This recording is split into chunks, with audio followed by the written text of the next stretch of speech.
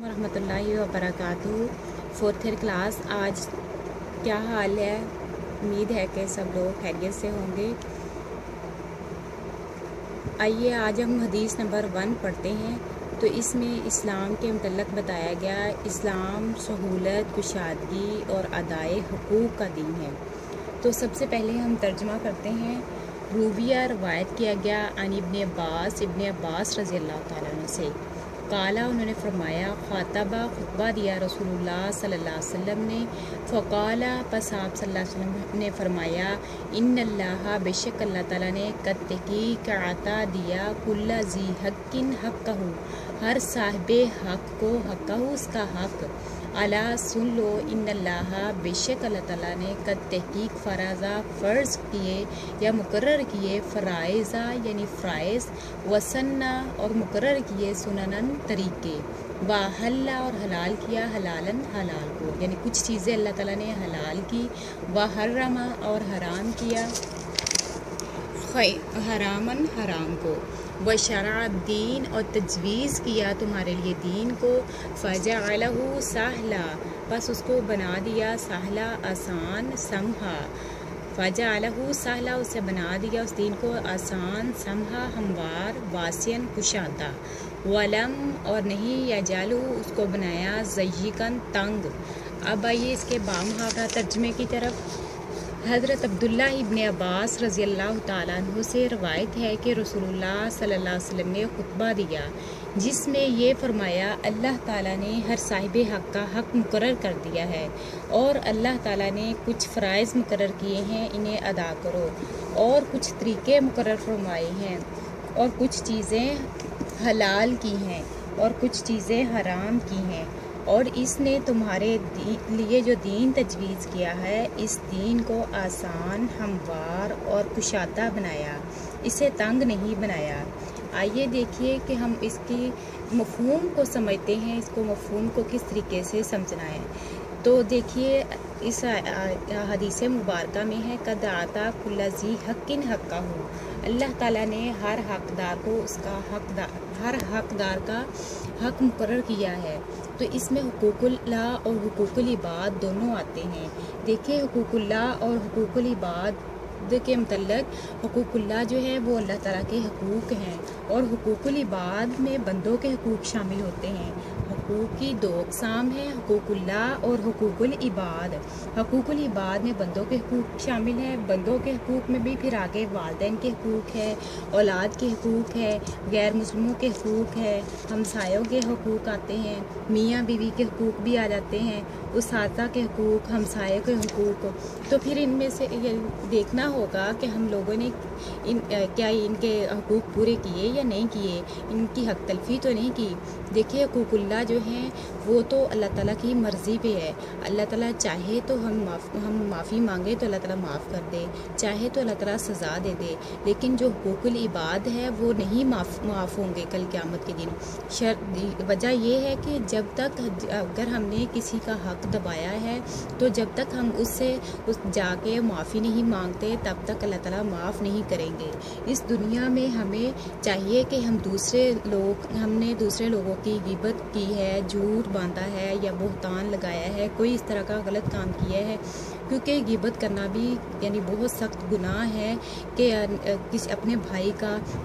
اپنے مردہ بھائی کا گوشت کھانے کے برابر ہے۔ تو اکثر اس میں ہم لوگ کوتاہی کر جاتے ہیں، یعنی اس کام میں ملوث ہو جاتے ہیں، اسی طریقے سے بہتان بازی اس طرح کے کام کر جاتے ہیں۔ یہ دوسرے لوگوں کو نقصان یعنی ان کے دل کو ٹھیس پہنچانا ہے، تو کیوں نہ ہمیں سے پہلے تو احتیاط کرنی چاہیے۔ ہاں اگر یعنی شیطان کے پھندے میں آ گئے، ہم نے ایسا کام کر دیا تو پھر ہمیں چاہیے کہ اس دنیا میں ہی اس سے جا کے معافی مانگ لے، تاکہ کل قیامت کے دن ہمیں اللہ تعالیٰ حقوق العباد سے نہ پکڑ لیں۔ حقوق اللہ تو اللہ تعالیٰ معاف کر دیں گے، لیکن حقوق العباد معاف نہیں کریں گے۔ یہ شرط اس کی شرط یہی ہے کہ اللہ تعالیٰ سے حقوق اللہ تو اللہ تعالیٰ کی مرضی پہ ہے، اللہ تعالیٰ چاہے معاف کر دے چاہے نہ معاف کرے یا سزا دے دے، لیکن حقوق العباد جو ہے وہ اس وقت تک معاف نہیں ہوں گے جب تک بندہ معاف نہ کر دے۔ پھر اس کے بعد آ رہا ہے کہ اللہ تعالیٰ نے کچھ فرائض مقرر کیے ہیں، یعنی کچھ ایسی چیزیں جو فرض ہیں، جیسے نماز ہے، روزہ ہے، زکوٰۃ ہے، زکوٰۃ جو صاحب نصاب ہے اس پر زکوٰۃ فرض ہے، اور حج جو ہے عمر میں ایک مرتبہ، شرط یہ ہے کہ صاحب نصاب ہو، یعنی وہ اس گھر کی استطاعت رکھتا ہو تو تب اس کے لیے فرض ہے۔ اس طرح کے کچھ فرائض ہیں اللہ تعالیٰ نے مقرر کیے، اور کچھ نبی کریم صلی اللہ علیہ وسلم کی سنتے ہیں جو طریقے ہیں ان کے مطابق ہم نے عمل کرنا ہے۔ وَحَلَّ حَلَالًا، اور اللہ تعالیٰ نے حلال کیا، یعنی حلال کرنا، کچھ چیزیں اللہ تعالیٰ نے حلال کی ہیں ہمارے لیے اور کچھ حرام کی ہیں۔ دیکھیے قرآن اور احادیث ہمارے لیے عملی نمونہ ہے۔ رسول اللہ صلی اللہ علیہ وسلم کی احادیث ہے، لَقَدْ كَانَ لَكُمْ فِي رَسُولِ اللَّهِ أُسْوَةٌ حَسَنَةٌ، تحقیق تمہارے لیے رسول اللہ صلی اللہ علیہ وسلم کی زندگی اچھا نمونہ ہے۔ دیکھیے کہ قرآن پاک میں اللہ تعالیٰ نے جو چیزیں ہمارے لیے یعنی حلال ہے وہ بیان کی، جو چیزیں حرام ہیں وہ بیان کی۔ کچھ چیزیں ایسی ہیں کہ جو قرآن پاک میں نہیں ذکر کیا گیا، مثال کے طور پر جیسے کتا ہے یا اس کے علاوہ گدھا وغیرہ ہے، یعنی اس کے حرام ہونے کے متعلق قرآن میں اس کا نہیں ذکر آیا، لیکن اس کے لیے باقاعدہ ہم کہاں سے دیکھیں گے؟ حدیث کی طرف رجوع ہمیں کرنا ہوگا۔ حدیث میں اس کے متعلق صراحت موجود ہے کہ کون کون سی چیزیں حرام ہیں اور کون کون سی چیزیں حلال ہیں۔ جیسے شراب ہے، یہ بھی ہمارے لیے حرام ہے، ہیروئن ہے، بنگ ہے، چرس ہے، اس طرح کی چیزیں ہمارے لیے حرام قرار دی ہے، اور غیر اللہ کے نام پر کھانا، اس طرح کی چیزیں یعنی حرام ہے۔ پھر حلال چیزیں بھی اللہ تعالیٰ نے بتائی ہیں، یعنی کس جانور کا ہمارے لیے گوشت حلال ہے، کس جانور کا نہیں ہمارے لیے حلال، یہ سب کچھ، یعنی کون سی تجارت ہمارے لیے حلال ہے، اس طرح کے یعنی جتنے بھی حلال کاموں میں کام آتے ہیں وہ اللہ تعالیٰ نے قرآن اور احادیث میں بیان کر دیے۔ اس کے لیے ہمیں قرآن کی طرف رجوع کرنا ہوگا، اور قرآن کے بعد احادیث کا درجہ ہے، پھر احادیث کی طرف پلٹیں گے۔ اگر قرآن میں موجود نہیں ہے تو حلال اور حرام کو دیکھنے کے لیے، سمجھنے کے لیے، حلال اور حرام کو دیکھنے اور سمجھنے کے لیے ہمیں قرآن اور حدیث کی طرف پلٹنا پڑے گا۔ تو اس کے بعد آ رہا ہے کہ دین کیا ہے؟ دین مشکل نہیں ہے۔ اکثر کچھ لوگ یہی کہہ دیتے ہیں کہ دین میں تنگی ہے، نہیں، دین میں تنگی نہیں رکھی۔ اللہ تعالیٰ نے قرآن پاک میں ارشاد فرمایا، لا یکلف اللہ نفسا الا وسعها، اللہ تعالیٰ کسی انسان کو اس کی وسعت کے مطابق تکلیف دیتے ہیں، اس کی وسعت سے بڑھ کر تکلیف نہیں دیتے۔ دیکھیے کہ اللہ تعالیٰ نے تو اگر انسان کوشش کرے تو اللہ تعالیٰ اس کے لیے آسانیاں پیدا کر دیتے ہیں۔ نبی کریم صلی اللہ علیہ وسلم کی حدیث ہے، من سلک طریقا یلتمس فیہ علما سہل اللہ بہ طریقا من الجنہ، جو اللہ تعالیٰ کے راستے میں یعنی علم حاصل کرنے کے لیے علم کی تلاش میں نکلتا ہے تو اللہ تعالیٰ اس کے لیے جنت کا راستہ بھی آسان کر دیتے ہیں۔ دیکھیے یہ قرآن پاک میں بھی سورۃ الفاتحہ میں ہم دن میں 5 مرتبہ پڑھتے ہیں، اہدنا الصراط المستقیم، اے اللہ ہمیں راستہ سیدھا دکھا۔ سیدھا راستہ وہ کون سا ہے؟ سیدھا راستہ جنت کا راستہ ہے، اس کے علاوہ جتنے بھی راستے ہیں زگ زیگ وہ جہنم کی طرف جانے والے ہیں۔ ہمیں اللہ تعالیٰ سے یعنی جب ہم نماز پڑھیں تو ذہن کے اندر یہ ترجمہ رکھنا چاہیے کہ اے اللہ ہمیں سیدھا راستہ دکھا،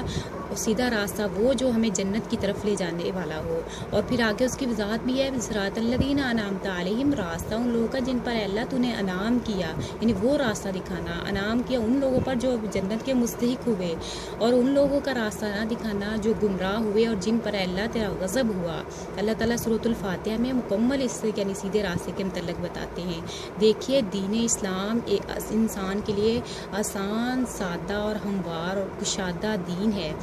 دین میں کوئی تنگی نہیں ہے۔ اگر ہم کوشش کریں، صرف ہمارے لیے تھوڑا یہی ہے کہ اپنے نفس کو تھوڑا بہت کچلنا ہوگا، یہ نہیں کہ بیٹھے ہی سارا کچھ ہو جائے، بلکہ تھوڑی بہت کوشش کرنی ہوگی۔ انشاءاللہ اللہ تعالیٰ ہمارے لیے آسانیاں پیدا کریں گے۔ اللہ تعالیٰ ہمیں دین اسلام کو سمجھنے کی توفیق دے، آمین۔ اللہ حافظ۔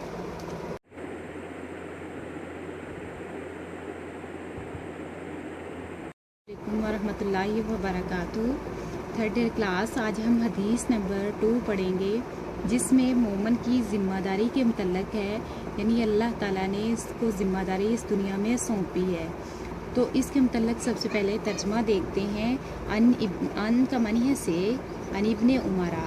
حضرت ابن عمر رضی اللہ تعالیٰ عنہ سے روایت ہے ان النبی بے شک نبی صلی اللہ علیہ وسلم نے قالا فرمایا لا یستری اللہ نہیں اللہ تعالیٰ اقتدار بخشتا تبارک و تعالی عبدن کسی بندے کو رعیتاً اقتدار بخشنا قلت چاہے وہ کم ہو او کثرت یا زیادہ ہو الا سوائے یا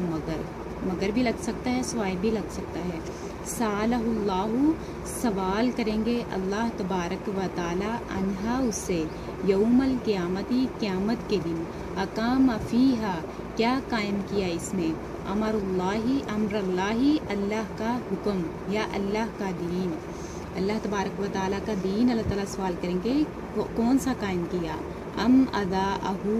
یا اس نے ضائع کر دیا حتیٰ یسألوہ حتیٰ کہ اس سے سوال کیا جائے گا ان اہل بیتی ہی اس کے گھر والوں کے متعلق یعنی بیوی بچوں کے متعلق خاص طور پر۔ ابھی اس کا بامحاورہ ترجمہ دیکھتے ہیں۔ حضرت ابن عمر رضی اللہ تعالیٰ عنہ سے روایت ہے کہ نبی کریم صلی اللہ علیہ وآلہ وسلم نے فرمایا اللہ جب کسی بندے کو کچھ لوگوں پر اقتدار بخشتا ہے چاہے وہ کم ہو یا زیادہ تو اللہ اس بندے سے قیامت کے دن سوال کرے گا کہ آیا اس نے اپنے ماتحتوں پر اللہ کا دین قائم کیا یا اسے ضائع کر دیا، یہاں تک کہ آدمی کے بیوی بچوں کے بارے میں خاص طور پر سوال کرے گا۔ آئیے کلاس ہم اس کو سمجھنے کے لیے مومن کی ذمہ داری یعنی کس طریقے سے اللہ تعالیٰ نے اس کو یعنی اس دنیا میں اقتدار بخشا تو کون حاکم ہے، تو اس کے متعلق احادیث مبارکہ میں بھی ایک احادیث ہے، وہ احادیث یہ کہ عن ابن عمر حضرت عبداللہ ابن عمر رضی اللہ تعالیٰ عنہ سے روایت ہے عن النبی صلی اللہ علیہ وسلم، وہ نبی صلی اللہ علیہ وسلم سے روایت کرتے ہیں کلکم رائن و کلکم مسئول عن رعیتہ، تمام لوگ حاکم ہیں یا تمام لوگ رائی ہیں اور تمام لوگوں سے سوال کیا جائے گا ان کی رعیت کے متعلق، والامام رائن اور امام حاکم ہے، ومسئول عن رعیتہ اس سے سوال کیا جائے گا اس کی رعیت کے متعلق، والرجل رائن علی اہل بیتہ اور مرد حاکم ہے اپنے گھر والوں پر یعنی مرد سے گھر والوں کے متعلق سوال کیا جائے گا، وہو مسئول عن رعیتہ اس سے اس کی رعیت کے بارے میں سوال کیا جائے گا یعنی گھر والوں کے متعلق، والمرأۃ راعیۃ علی بیت زوجہا عورت راعیہ ہے یعنی عورت حاکم ہے علی بیت زوجہا و ولدہ عورت اپنے خاوند کے گھر کی حاکم ہے اور بچوں کی، وہی مسئولۃ عن رعیتہا اور اس سے سوال کیا جائے گا ان کی رعیت کے متعلق۔ پھر نبی کریم صلی اللہ علیہ وسلم آخر میں فرماتے ہیں فَكُلُّكُمْ رَائِن بس تمام رائی ہیں تمام حاکم ہیں، وَكُلُّكُمْ مَسْئُولٌ عَنْ رَعِيَّتِهِ اور تمام لوگوں سے ان کی رعیت کے متعلق سوال کیا جائے گا۔ یہاں پہ بھی احادیث میں بھی یہی ہے اور دوسری احادیث میں بھی یہی ہے جو حدیث صحیح بخاری کی ہے جس میں یہ بیان کیا گیا کہ تمام لوگ ہی حاکم ہوتے ہیں یعنی یہ ہر یعنی خاندان میں کوئی نہ کوئی سربراہ ہوتا ہے تو اس کے ذمے صرف یہی نہیں ہوتا خاندان کے سربراہ کے ذمے کہ اس کی معاشی کفالت کرنا ہے، نہیں بلکہ اس کو دین کے راستے کی طرف لے کے آنا اور دین کی تعلیم دینا، اس کو اخلاقی تعلیم دینا، تربیت دینا، اس کو کھانا کھلانا پہنانا ہر چیز اس کے ذمے ہوتی ہے۔ یہاں تک کہ یہ نہیں صرف اکثر یہی ہوتا ہے کہ کھانا کھلانا یا پہنانا یہی وہ سمجھتے ہیں کہ ہماری ذمہ داری ہے، بلکہ کھانا کھلانا پہنانا اس کے ساتھ ساتھ اس کی اخلاقی تربیت کرنا اور دین کے راستے کی طرف لے کے چلنا بھی حاکم کی گھر والوں پر جو حاکم ہوتا ہے اس کی ذمہ داری ہوتی ہے۔ اسی طریقے سے عورت یعنی گھر کی یعنی خاوند کے گھر کی یعنی رائیہ ہے تو اس سے اس کے یعنی خاوند کے گھر کے متعلق بھی سوال ہوگا اور ولدی اور اس کے بچوں کے متعلق بھی سوال ہوگا یعنی اس نے اپنے بچوں کو کس راستے پہ لگایا یعنی نماز کے متعلق نماز کی طرف لگایا، قرآن پاک کی تلاوت یعنی بچوں کو قرآن پاک پڑھایا یا بچوں کو قرآن پاک کی تعلیم دلوانے کی کوشش کی یا نہیں کی، تو اس طریقے سے یعنی ان کی تربیت کس طریقے سے کر رہی ہے۔ کل قیامت کے دن اللہ تعالیٰ سوال کریں گے۔ دیکھیے نماز ایک چھوٹا سا نماز کے متعلق ہی دیکھ لیں، عورت کا فریضہ بنتا ہے، یعنی عورت کا حق تو یہی ہے کہ وہ اپنے بچے کی تربیت ایسے ہی کرے کہ 7 سال، حدیث میں ہے جب بچہ 7 سال کا ہو جائے تو اس کو نماز کا حکم دو، جب 10 سال کا ہو جائے بچہ تو اس کو مار کر نماز پڑھاؤ۔ تو لیکن اس حدیث پہ بہت ہی کم عمل کیا جاتا ہے۔ اگر بچوں کی تربیت یعنی والدہ کے ذمہ ہے کہ اگر بچپن سے ہی ایسی کر دے کہ بچہ نمازی بن جائے تو بڑے ہو کر والدین کو اتنی پریشانی نہ اٹھانی پڑے۔ کچھ مائیں یہی کہتی ہیں کہ بچے نماز نہیں پڑھتے، تو اس کے لیے یہی ہوگا کہ بچپن سے ان کی تربیت ایسی ہو، کیونکہ موت کا کچھ پتہ نہیں ہوتا۔ اگر والدین نے انسان کی یعنی اچھی تربیت کی، والدین نے اپنے بچوں کی اچھی تربیت کی، کل قیامت کے دن بھی نیک اولاد اس کے لیے صدقہ جاریہ بنے گی اور اس کے لیے اولاد دعا کرے گی۔ اسی طریقے سے حکمران کے متعلق یعنی خاوند کا بھی یہی ذمہ داری ہے، یعنی اپنی بیوی کی یعنی کھانا کھلانا، پہنانے کے لیے یعنی کوئی بھی کام چیزیں دینا، اور اس طریقے سے یعنی اس کو اپنی بیوی کی یعنی اخلاقی لحاظ سے یعنی تربیت کرنا۔ دیکھیے کہ ایک حدیث ہے کہ عورت جو ہے ٹیڑھی پسلی سے پیدا کی ہے، اگر آپ اس کو سیدھا کرنا چاہیں تو آپ توڑ بیٹھیں گے۔ اس کا مقصد یہی ہے کہ سیدھا کرنا بیٹھیں گے تو اس کو طلاق دے دیں گے۔ تو اس حدیث کا بھی مفہوم یہی ہے کہ اگر آپ اس کو دینی تعلیم کے ذریعے یعنی اخلاقی لحاظ سے اس کو آہستہ آہستہ سمجھانے کی کوشش کرے، بیوی اگر نہیں سمجھ رہی اور ایسے کام کر رہی ہے جو غلط ہے یعنی حدیث کے مطابق یا قرآن پاک کے مطابق، تو اس کو صحیح طریقے سے یعنی تدریجاً یعنی اس کو سمجھانے کی کوشش کریں۔ کیونکہ کل قیامت کے دن مرد سے اس کی بیوی کے متعلق سوال کیا جائے گا۔ یہاں پہ حدیث میں بھی خاص طور پہ یعنی مرد کو یہی کے متعلق یہی آیا ہے کہ آدمی کے بیوی بچوں کے بارے میں خاص طور پر سوال کیا جائے گا۔ پھر اسی طریقے سے یعنی حاکم وقت ہے جو سربراہ حکومت ہوتی ہے، تو اس کے متعلق یہی ہے کہ حاکم وقت نے لوگوں کی معاشی ضروریات پوری کی یا نہیں کی، آیا اس نے عدل قائم کیا یا نہیں، لوگوں میں امن و امان قائم کیا ہے یا نہیں قائم کیا، مساوات جیسے مساوات ہے، اس طریقے سے انسان کی عزت ہے، آبرو کی حفاظت، یعنی اس طرح کے کاموں میں مسلمانوں کی مدد کی یا نہیں کی، یا مسلمانوں کو نقصان پہنچانے کی کوشش کی، یہ حاکم وقت سے سوال کیا جائے گا۔ اور نماز جو ہے اس طریقے سے نماز کے متعلق بھی یعنی لوگوں کو دین کی طرف لے کے چلا یا برے کاموں کی طرف لے کے چلا، یہ سارا سوال جو ہے حاکم وقت سے سوال کیا جائے گا۔ تو دیکھیے حضرت عمر فاروق رضی اللہ تعالیٰ عنہ مومنوں کے امیر المومنین، یعنی جو مومنوں کے امیر تھے، حضرت ابو بکر صدیق رضی اللہ تعالیٰ عنہ کے وفات 13 ہجری کو وفات پانے کے بعد حضرت عمر فاروق نے خلافت سنبھالی۔ جب انہوں نے خلافت سنبھالی، یہ اگرچہ یہ سخت تھے لیکن وہ کہتے ہیں جب وہ خلافت پر بیٹھے تو انہوں نے اللہ تعالیٰ سے دعا کی تھی، اے اللہ مجھے نرم کر دے، یعنی اگر میں ٹیڑھا ہو جاؤں تو لوگوں کو کہا کرتے تھے کہ مجھے سیدھا کرنا، یعنی مجھے بتانا یعنی فلاں جگہ پہ غلطی ہے، اور وہ حاکم وقت ہونے کی وجہ سے لوگوں کی رات کو لوگوں کی گلیوں میں گھوما پھرا کرتے تھے، یعنی کوئی بچہ یا کوئی گھر ایسا تو نہیں ہے کہ جو پریشان ہے یا اس کے علاوہ یعنی بھوکے ہیں ان کو کھانا کھلانا، وہ تو اتنے یعنی اللہ تعالیٰ نے ان کو جنت کے ٹکٹ بھی دیے تھے، اور لیکن پھر بھی حاکم وقت لوگوں کا یعنی عمر فاروق رضی اللہ عنہ لوگوں کا خیال بھی رکھتے تھے، لوگوں بازاروں میں راتوں کو چکر لگایا کرتے تھے، لیکن پھر بھی ان کو یہ پریشانی ہوا کرتی تھی، اور یہ فرمایا کرتے تھے، ان کا یہ قول ہے کہ اگر دریائے فرات کے کنارے ایک بکری کا بچہ بھی ظلم سے مارا جائے تو قیامت کے دن اللہ تعالیٰ اس کے بارے میں مجھ سے باز پرس یعنی مجھ سے سوال کرے گا۔ دیکھیے کہ اب وہ انسان تو دور کی بات، یعنی انسانوں کے متعلق کتنا پریشان ہوا کرتے تھے، تو اب وہ تو ظاہری طور پہ یعنی ان کی خدمت کرنے کے باوجود، بلکہ انسان دور کے بعد وہ جانوروں کے متعلق بھی وہ کہا کرتے تھے کہ کہیں ایسا نہ ہو کہ مجھ سے جانوروں پر ظلم ہو جائے، یعنی کوئی ایسا جانور جو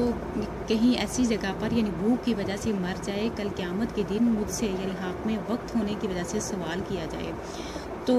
دیکھیں کہ ہمیں بھی اپنے اعمال کا محاسبہ کرنا ہوگا کہ ہم لوگ یعنی کیسے ماحول میں رہ رہے ہیں اور کس طریقے سے، اگر ہم پہ اللہ تعالیٰ کی طرف سے کوئی ایسی یعنی وبا آئی ہے، دیکھیے جیسے کرونا وائرس ہے یا اس کے علاوہ اور یعنی کوئی نہ کوئی بیماریاں آئی ہیں، جیسے کہ ٹڈیوں کا عذاب تھا، اس طرح کا